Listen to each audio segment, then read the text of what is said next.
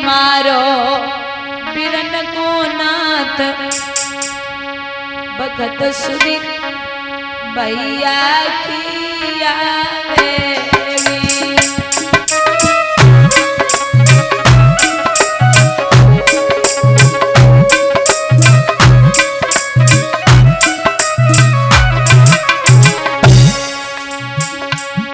अरे एक सुधी आवे सावन महीना एक सुधी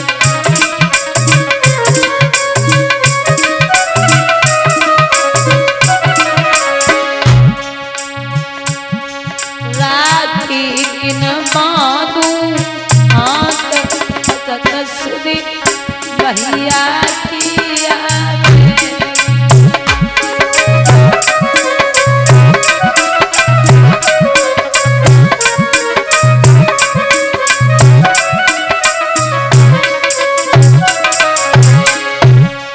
अरे एक सुधी आवे मंडप नीचे एक सुधी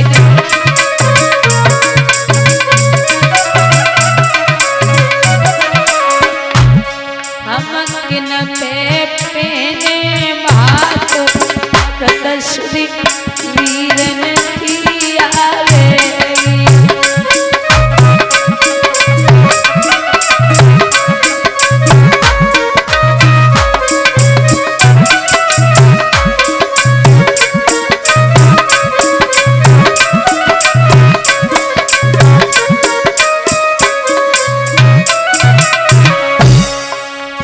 एक सुधी आवे कार्तिक महीना एक सुधी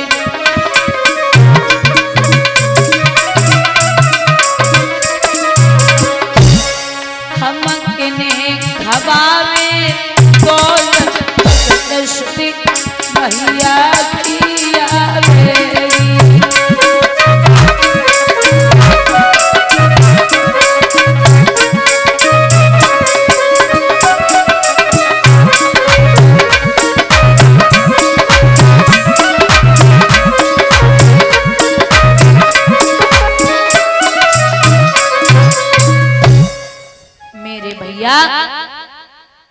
यहाँ छोड़ दिया है रुक्मिणी को लेकर के भगवान द्वारिका नगरी के लिए आए। बड़े विधि विधान के साथ में भगवान का पहला विवाह रुक्मिणी जी के साथ में हुआ। बोलिए योगी राज कृष्ण भगवान की। पहला विवाह भगवान का हुआ।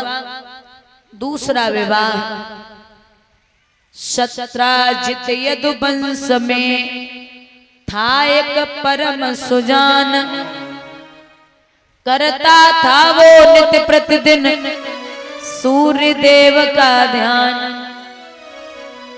एक सत्राजित नाम का यदुवंशी, उसने सूर्य देव का ध्यान करके एक सुंदर सी मणि को पाया था जो रोज 8 बार सोना देती थी।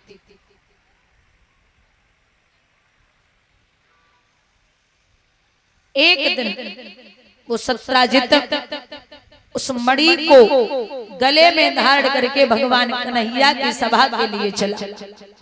कुछ लोग होते हैं जिन्हें सोना दिखाने की बड़ी आदत होती है, पहनेंगे अगर चेन भी डाल लेंगे तो बार बार उसको ही संभाल लेंगे, कुछ तो कॉलर के बाहर ही कर लेंगे, है ना। अगर अंगूठी पहन ली तो अंगूठी उसी उंगली से काम होगा, भैया ये उठा के बाहर रख देना, ये काम ऐसे कर देना, ऐसे ही काम होगा। तो बलिदाऊ भैया नाना सब परिवार के बड़े भी हैं, आप 2-4 कदम चलो खांसो, फिर चलो फिर उठो फिर खांसो। तो भैया सोचेंगे ब्राह्मण बूढ़े हैं, इतने से हम तुम्हें छोड़े आए होते से रुक्मिणी को ले। 2-4 कदम पंडित जी चले, खांसन लगे, फिर उठे, फिर चले, फिर खांसन लगे।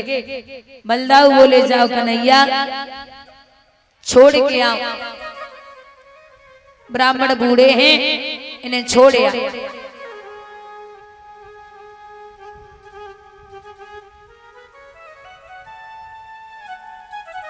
काफी समय लगा था जब पंडित जी आए थे,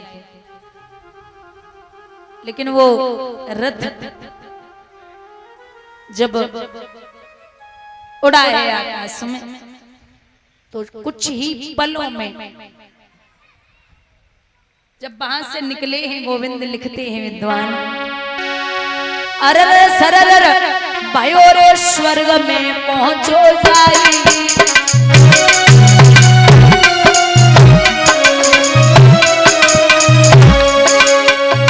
आसमान पे पंडित पंचो गए घबराई,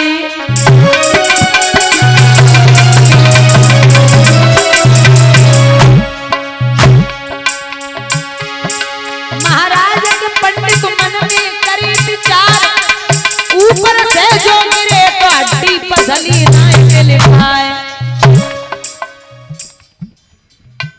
पंडित मन ही मन में गए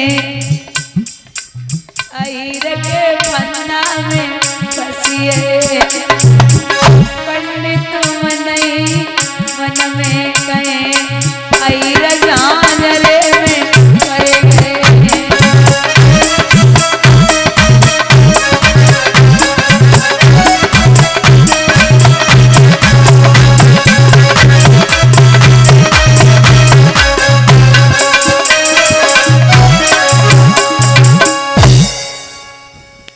वहां रुक्मिणी विचार कर रही, जन पहुंचे हुए हैं जन्नाए, जन पहुंचे हुए हैं जन्नाए, तब तक तो पहुंचे, बोले आए गए, बोले हम आए हो बेऊ आए, रथ खड़ो है मंदिर के पीछे, आप चली जाओ। तो वहां से रुक्मिणी सज धज के तैयार हुई, मैया ने जवाब दो कि बिटिया आज तू बड़ी परेशान है, रोए रही है, जे बता कल विदा होवेगी, तो क्या बात है? रुक्मिणी बातें बनाए के बोली, अब जे समझ ले आज भी जाए रहे। सज धज के तैयार वही सहेलियां साथ में गौरी माँ का पूजन करने के लिए रुक्मिणी पहुंची, लेकिन रुक्म इतना चालाक है, उसने चारों तरफ अपनी फौजें लगवा दी। एक तरफ रुकुम की फौज है, एक तरफ शिशुपाल की। कृष्ण का रथ खड़ा है मंदिर के पीछे। तो भगवान ने विचार किया कि रुक्मिणी इसी रास्ते से आएगी।